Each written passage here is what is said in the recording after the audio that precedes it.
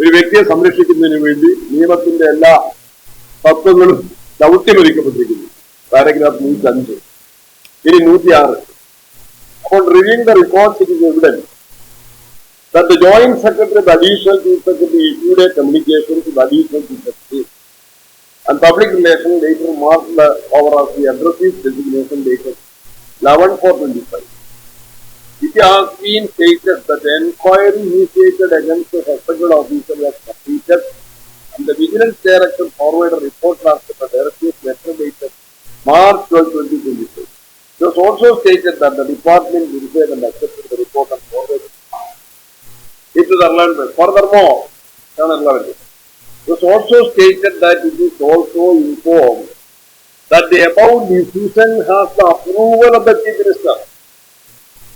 ഇക്കാര്യങ്ങൾക്ക് മുഖ്യമന്ത്രിയുടെ അംഗീകാരമുണ്ട്. ഈ തീരുമാനങ്ങൾക്ക് മുഖ്യമന്ത്രിയുടെ അംഗീകാരം. The exact use in the letter is മേൽ തീരുമാനത്തിന് മുഖ്യമന്ത്രിയുടെ അംഗീകാരമുണ്ടെന്നും അറിയിക്കുന്നു. What is the role of the so-called constitutional dignitaries in the inquiry initiated against the high-ranking police officer? It's a fact that the Vigilance Department falls under the control of the Chief Minister of the state. It is only for governance and nothing more. Vigilance മുഖ്യമന്ത്രിയുടെ കീഴിലുള്ള വകുപ്പാണ്. അത് ഭരണത്തിന് വേണ്ടി മാത്രമാണ്. For nothing more. മറ്റൊന്നിനുമല്ല. കേസുകളുടെ മെറിറ്റിൽ ഇടപെടുന്നതിനോ തീർപ്പുകൽപ്പിക്കുന്നതിനോ അല്ല vigilance മുഖ്യമന്ത്രിയുടെ വകുപ്പായിട്ടുള്ളത് എന്ന് കോടതി ആവർത്തിച്ചു വെച്ചിരിക്കുന്നു. ഈ കേസിലാണ് മുഖ്യമന്ത്രിയും മാർക്സിസ്റ്റ് പാർട്ടിയും തികഞ്ഞ മൗനം പാലിക്കും.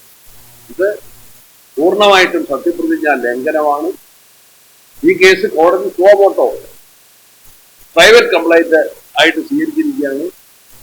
സർക്കാരിന്റെ എല്ലാ നടപടികളും അഴിമതി കേസിലെ പ്രതികളെ സംരക്ഷിക്കുന്നതിന് വേണ്ടിയായിരുന്നു.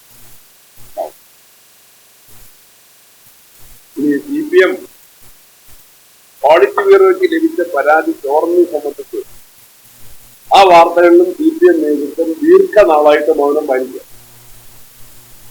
അത് അസംബന്ധം എന്ന് പറഞ്ഞ് തള്ളുന്നതിന് പകരം ഇപ്പൊ ഗോവിന്ദ മാസ്റ്റർ അവസാനം പരാതിക്കാരന് വക്കീൽ നോട്ടീസ് അയച്ചിരിക്കുക. പരാതിക്കാരൻ പറയുന്നു ആ വക്കീൽ നോട്ടീസോടുകൂടി ഗോവിന്ദ മാസ്റ്റർ കൂടുതൽ കുഴപ്പത്തിലാവും. അത് എന്തുമാകട്ടെ, ഏതായാലും ഇതില് ഉൾപ്പെട്ടിട്ടുള്ള ഒരു കാര്യം, ഗവൺമെന്റിലേക്ക് വന്ന പണം അത് CPM നേതാക്കന്മാർ ദുരുപയോഗം ചെയ്തിട്ടുണ്ട്.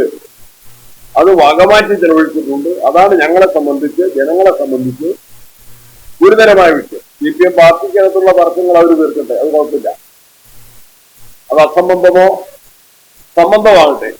പക്ഷെ സർക്കാരിലേക്ക് വന്ന പൈസ അത് CPM നേതാക്കന്മാർ ദുരുപയോഗം ചെയ്തിട്ടുണ്ട് എന്ന ഗുരുതരമായ ആരോപണം ഒരു CPM പ്രവർത്തകൻ തന്നെ ഉന്നയിച്ചിരിക്കുന്ന സാഹചര്യത്തിൽ അതിനെക്കുറിച്ച് ഗവൺമെന്റ് ഉചിതമായിട്ടുള്ള അന്വേഷണം നടത്തി കുറ്റക്കാർക്കെതിരെ നടപടി സ്വീകരിക്കണം.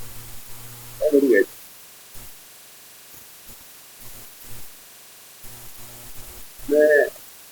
കേരളത്തിന്റെ പല ഭാഗത്തും CPM ക്രിമിനലുകൾ പോലീസിന്റെ ഒത്താശയോട് കോൺഗ്രസ് പ്രവർത്തകരെ അന്യായമായിട്ട് ഒരു കാരണവുമില്ലാതെ ഒരു പ്രകോപനമില്ലാതെ ആക്രമിച്ചു. ഇന്നലെ കടക്കലിൽ കോൺഗ്രസിന്റെ പൊതുയോഗം നടക്കുമ്പോഴാണ് KPCC ജനറൽ സെക്രട്ടറി ഉൾപ്പെടെ പങ്കെടുക്കാൻ കോൺഗ്രസിന്റെ പൊതുയോഗം നടക്കുമ്പോഴാണ് കോൺഗ്രസ് പ്രവർത്തകരെ ആക്രമിച്ച് ഗുരുതരമായി പ്രതികരിച്ചത്. കഴിഞ്ഞ ആഴ്ചയാണ് കായംകുളത്ത് മുനിസിപ്പൽ കൗൺസിലർ, മുനിസിപ്പൽ ചെയർമാൻ ആയിരുന്ന ഇപ്പോഴത്തെ കൗൺസിൽ ഉൾപ്പെടെയുള്ള പ്രമുഖ നേതാക്കന്മാരെ, അറിയപ്പെടുന്ന നേതാക്കന്മാരെയാണ് CPM ക്രിമിനൽ സംഘം ആയുധങ്ങളുമായിട്ട് ആക്രമിച്ച് പരിഗണിച്ചത്. ഇതിലെല്ലാം പോലീസ് CPM ക്രിമിനലുകളെ സഹായിക്കുന്ന സമീപനമാണ് സ്വീകരിക്കുന്നത്. കേസ് അന്വേഷണമോ അല്ലെങ്കിൽ കുറ്റകൃത്യങ്ങളെ തടയുന്നതിനുള്ള നടപടിയോ നിഷ്പക്ഷമായിട്ടും നീതിപൂർവമായിട്ടും നടക്കുന്നില്ല. സ്കൂൾ പാർലമെന്റ് തെരഞ്ഞെടുപ്പിൽ കണ്ണൂരിലെ അഞ്ചരക്കണ്ടിയിലും മറ്റു പല സ്ഥലങ്ങളിലും എഴുവൻ പോളിടെക്നിക് കോളേജിലും എല്ലാം KSU പ്രവർത്തകരെ SFIക്കാർ ഇതേപോലെ ക്രൂരമായിട്ട് ആക്രമിച്ച സംഭവത്തിലും പോലീസ് കുറ്റവാളികളെ സംരക്ഷിക്കുന്ന നിലപാടാണ് സ്വീകരിക്കുന്നത്. ഈ പോലീസ് നിലപാട് ഏറെ പ്രതിഷേധാർഹമാണ്. CPMന്റെ പ്രത്യേകിച്ച് മുഖ്യമന്ത്രിയുടെ ഒത്താശയോടെയാണ് ഈ ക്രിമിനൽ സംഘം കേരളത്തിന്റെ പല ഭാഗങ്ങളിലും ഈ അഴിഞ്ഞാട്ടം നടത്തുന്നതെന്ന് പ്രത്യേകം ചൂണ്ടിക്കാണിക്കാൻ ഞങ്ങൾ ആഗ്രഹിക്കുകയാണ്. അതുകൊണ്ട് ജനങ്ങളുടെ ജീവനും സംരക്ഷണം നൽകാൻ, പൗരാവകാശങ്ങൾക്ക് സംരക്ഷണം നൽകാൻ, നിയമവാഴ്ച പാലിക്കാൻ പോലീസും ഗവൺമെന്റും സന്നദ്ധമാണെന്ന് ആവശ്യപ്പെടുന്നത്. തദ്ദേശ തെരഞ്ഞെടുപ്പിന്റെ മുന്നൊരുക്കങ്ങളുടെ ഭാഗമായി കോൺഗ്രസിന്റെ ഭവന സമർപ്പണം ജനസമ്പർക്ക പരിപാടി ഈ മാസം 29, 30, 31 സെപ്റ്റംബർ 1, 2 തീയതികളിൽ കേരളത്തിലെ എല്ലാ വീടുകളിലും വാർഡ് കോൺഗ്രസ് കമ്മിറ്റികളുടെ നേതൃത്വത്തിൽ കോൺഗ്രസ് പ്രവർത്തകർ വീടുകൾ സന്ദർശിച്ച് ജനങ്ങൾക്ക് കോൺഗ്രസിന്റെ കേന്ദ്ര സംസ്ഥാന സർക്കാരുകളുടെ ജനദ്രോഹ നയങ്ങൾ ഉൾപ്പെടെയുള്ള കാര്യങ്ങൾ ചൂണ്ടിക്കാട്ടിക്കൊണ്ട് കോൺഗ്രസിന്റെ സന്ദേശം വീടുകളിലെത്തിക്കാൻ രാഹുൽ ഗാന്ധി ഇപ്പോൾ നേതൃത്വം നൽകുന്ന തെരഞ്ഞെടുപ്പ് നീതിക്ക് വേണ്ടിയുള്ള പോരാട്ടത്തിന്റെ വിശദവിവരങ്ങൾ ഉൾപ്പെടെ കോൺഗ്രസ് പ്രവർത്തകരെ അറിയിക്കുന്നതിനും അതിന് പിന്തുണ നൽകുന്നതിനും വേണ്ടി തദ്ദേശ തെരഞ്ഞെടുപ്പിന്റെ മുന്നൊരുക്കങ്ങളുടെ ഭാഗമായിട്ടാണ് ഈ ജനസമ്പർക്ക പരിപാടി, ഭവന സമർപ്പണ പരിപാടി നടത്തുന്നത്.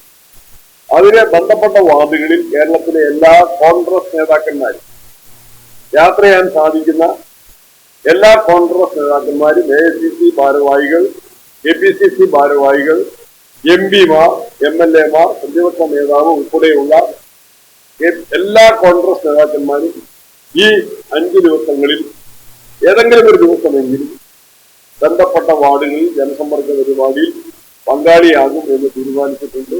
അതോടൊപ്പം തന്നെ തെരഞ്ഞെടുപ്പിന്റെ ചെറിയൊരു ഫണ്ട് സമാഹരണം വാർഡ് കമ്മിറ്റികളുടെ പ്രവർത്തനത്തിന് വേണ്ടി തദ്ദേശ തെരഞ്ഞെടുപ്പിന്റെ തെരഞ്ഞെടുപ്പ് പ്രവർത്തനങ്ങൾക്കായിട്ടുള്ള ഫണ്ട് സമാഹരണവും ഈ ജനസമ്പർക്ക പരിപാടിയുടെ ഭാഗമായിട്ട് നടക്കുന്നുണ്ട്. അതിന്റെ വിജയത്തിന് എല്ലാവരുടെയും സഹായ സഹകരണങ്ങൾ പ്രത്യേകമായി അഭ്യർത്ഥിക്കുന്നു.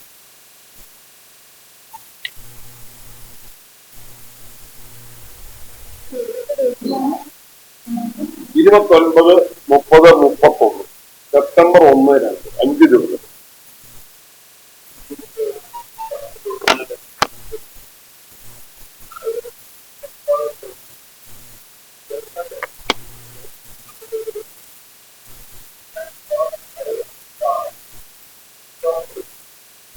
കോടതിയുടെ മുമ്പിലാണ് ആ കാര്യമുള്ളത്. അതിന് ഉത്തരം പറയേണ്ടത് CPM ആണ്.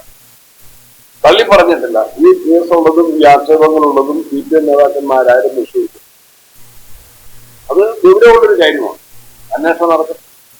അതിനെക്കുറിച്ച് അവിശ്വസിക്കേണ്ട കാര്യങ്ങളൊന്നും ഇതുവരെ CPM നേതാക്കന്മാർ തന്നെ പറഞ്ഞു.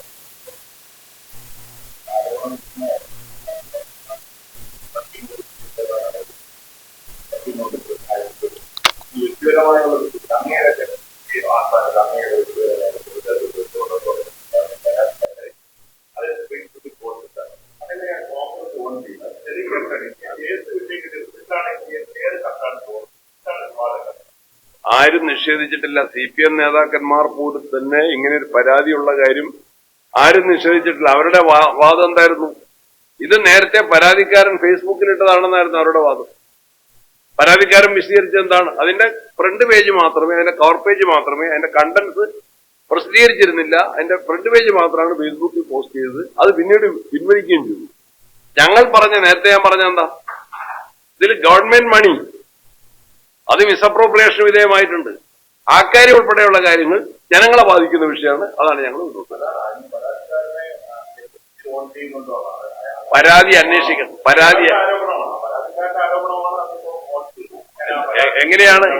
എങ്ങനെയാണ് ഇപ്പം ഈ ADGP-ക്കെതിരെയുള്ളതെന്നാണ് ഒരു പരാതിക്കാരന്റെ ആക്ഷേപം.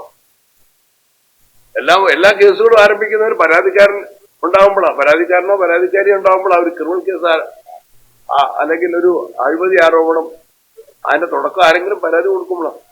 ഈ പരാതിയിൽ ഉന്നയിച്ചിട്ടുള്ള വിഷയങ്ങൾ ഗൗരവമേറിയതായതുകൊണ്ടാണ്. അത് എന്തുകൊണ്ട് CPM നേതാക്കന്മാർ ആ വിഷയത്തിൽ മൗനം പാലിക്കുന്നു? ഞങ്ങൾ അതിനെക്കുറിച്ചാണ് വി ആർ മോർ കൺസേൺ. സർക്കാർ പണം ദുരുപയോഗം ചെയ്തു എന്ന ആക്ഷേപം ഇതിന്റെ അകത്തുണ്ട്. അതിന് ആൻസറബിൾ ആയിരിക്കണം, ഉത്തരം കിട്ടണം.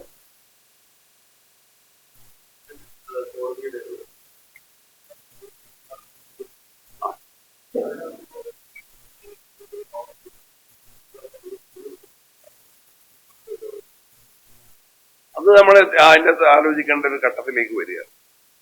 ഒന്ന്, കോടതിയിൽ ആ കേസുണ്ട്, കോടതി അത് സുമോട്ടോ കോഗ്നിസൻസ് എടുത്തിരിക്കുക, ഫയലിൽ സ്വീകരിച്ചിരിക്കുക.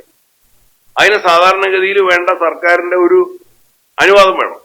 ആ അനുവാദം ഇല്ലാതെ തന്നെ ഈ കേസിന്റെ പ്രാധാന്യം, ഇതിന്റെ എവിഡൻസ് എല്ലാം പരിശോധിച്ചുകൊണ്ടാണ് ഈ വിധി വളരെ പ്രധാനപ്പെട്ടതാണ്. നമ്മൾ മനസ്സിലാക്കേണ്ടത് എന്താണ്? ബഹുമാന്യ കെ മാണി സാറ് രാജിവെക്കാനിടയായ സാഹചര്യം എന്തായിരുന്നു? അന്ന് പറഞ്ഞ എന്താണ്? സീസറിന്റെ ഭാര്യ സംശയത്തിന് അതിഥിയായിരിക്കണം എന്ന ഒരു ജനറൽ സ്റ്റേറ്റ്മെന്റ്. അത് ജുഡീഷ്യറിയിലും അത് രാഷ്ട്രീയത്തിലും ജനറലായിട്ട് പലരും പറയുന്ന ഒരു സ്റ്റേറ്റ്മെന്റാ. ആ സ്റ്റേറ്റ്മെന്റ് ഉണ്ടെന്നുള്ള ഒറ്റ കാരണത്തിനാണ് കെ മാണിയുടെ രാജി ആവശ്യപ്പെട്ടത്.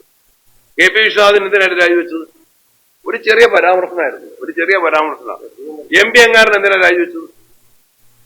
മകളെ കല്യാണം കഴിച്ചത് പ്രായപൂർത്തിയാകാതെയാണ് എന്ന ആക്ഷേപത്തിന്റെ കോടതി കേസ് ഫയലിൽ സ്വീകരിച്ചപ്പോഴാണ്, ഇമ്മീഡിയറ്റ്ലി ഫയലിലെടുത്തപ്പോഴാണ് എം പി അംഗാരൻ രാജിവെച്ചത്. ഉമ്മൻചാണ്ടി രാജിക്ക് വേണ്ടി എന്തിനാ മറുപടി കൂട്ടിയത്? ഇത് ഇത്രയും വലിയ അതീവ ഗൗരവമേറിയ, അതുകൊണ്ടാണ് ഞാൻ ഇംഗ്ലീഷിൽ വായിച്ചിട്ട് ജനങ്ങൾക്ക് ആർക്കെങ്കിലും മനസ്സിലാകത്തുണ്ടെങ്കിൽ എല്ലാവർക്കും മനസ്സിലാകുന്നതിന് വേണ്ടിയാണ് മലയാളത്തിൽ അത് വിശദീകരിച്ചത്. ഇത്ര ഗൗരവമേറിയ ഒരു പരാമർശനം ഒരു മുഖ്യമന്ത്രിക്കെതിരായി കേരളത്തിന്റെ ചരിത്രത്തിൽ ഒരിക്കലും ഉണ്ടായിട്ടില്ല. ഗൗരവമേറിയ സത്യപ്രതിജ്ഞാ ലംഘനം.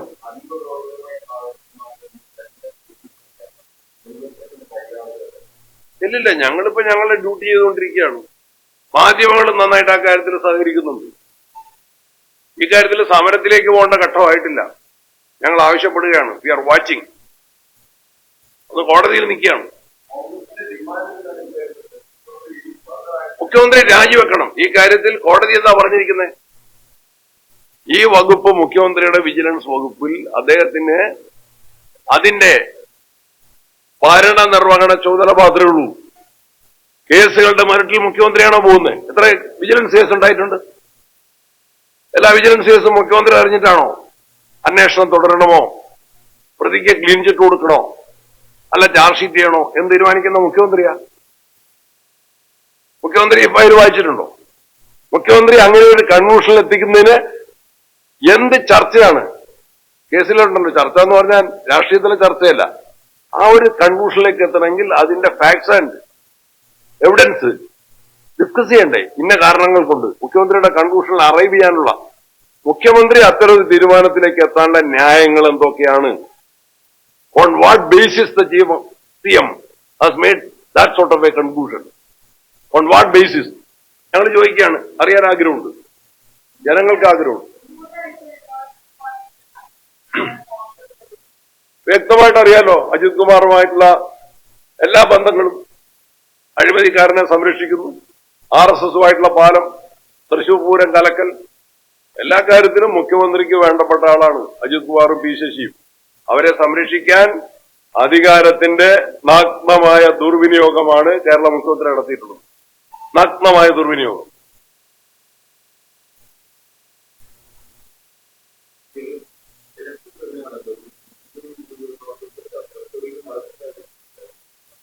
അതിങ്ങനെ നിങ്ങൾ നടത്തുന്നേ ഉള്ളൂ, ഞങ്ങൾ ഇതുവരെ തുടങ്ങിയിട്ടില്ല. ഇല്ല, ഞങ്ങൾ ജനങ്ങളുമായിട്ട് ജനങ്ങളിലേക്ക് എത്തുന്ന കാര്യമായിപ്പോ പറഞ്ഞത്. ഇപ്പൊ തൽക്കാലം നമ്മളെ തദ്ദേശ തെരഞ്ഞെടുപ്പിന് തയ്യാറെടുക്കുകയാണ്. ജനങ്ങളെ കണ്ട് സഹായം അഭ്യർത്ഥിക്കുകയാണ്, കാര്യങ്ങൾ വിശദീകരിക്കുകയാണ്, ചെറിയ പൈസയും കൂടെ ചോദിക്കുകയാണ് അവരോട്. അതങ്ങ് നടക്കട്ടെ. നിങ്ങളെയൊക്കെ വീടുകളിൽ വരുമ്പോൾ ചെറിയ പൈസ കൊടുത്തതായിരിക്കും.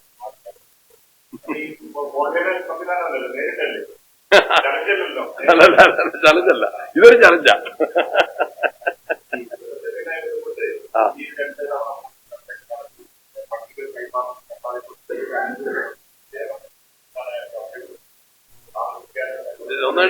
ഒന്ന് ഡൽഹിയിൽ 2 വട്ടം പോയില്ല, ഡൽഹിയിൽ പലവട്ടം പോയി. ഈ കാര്യത്തിന് 1 വട്ടം പോയത്. ഇത് ഞങ്ങൾ ചർച്ച തുടരുകയാണ്. അതിനിങ്ങനെ ഒരു സമയക്ലബ്ധത, നേരത്തെ പറഞ്ഞ പോലെ ഭവന സന്ദർശനത്തിന് വെച്ചതുപോലെ ഒരു സമയക്ലബ്ധത വെച്ചിട്ടില്ല. അത് അതിൻ്റെതായ സമയമെടുത്ത് ചർച്ച തുടരുക. ആരാ? അവരുടെ സതുപദേശത്തിനും നല്ല നിർദ്ദേശങ്ങൾക്കും ഞാൻ അങ്ങേയറ്റം വിലമതിക്കുന്നു. ഞാൻ എന്ന് പറഞ്ഞത് തിരുത്തുകയാണ്. ഞങ്ങൾ അങ്ങേയറ്റം വിലമതിക്കുന്നു. അവരെല്ലാം വളരെ ഉയർന്ന നേതാക്കന്മാരാണ്, പരിചയസമ്പന്നരാണ്, ജനകീയ ബന്ധമുള്ളവരാണ്, സംഘടനാ പ്രവർത്തനത്തിൽ അങ്ങേയറ്റം താല്പര്യരാണ്. അവരുടെ ഉപദേശ നിർദ്ദേശങ്ങൾ, അഭിപ്രായങ്ങൾ അതിന് അങ്ങേയറ്റത്തെ പരിഗണന നൽകും.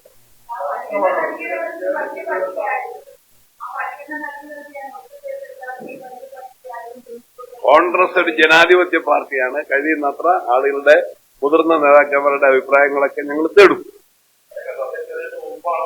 ഞാൻ ആദ്യമേ പറഞ്ഞു, സമയം നിശ്ചയിച്ചിട്ടില്ല. No time frame. ഉൾക്കൊള്ളണ്ടേ?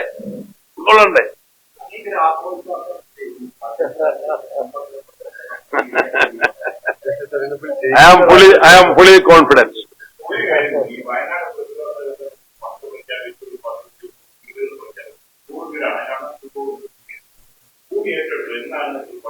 അത് കൈകാര്യം ചെയ്ത് വേറെ ആൾക്കാരാണ്. ഞാൻ അന്വേഷിച്ചു.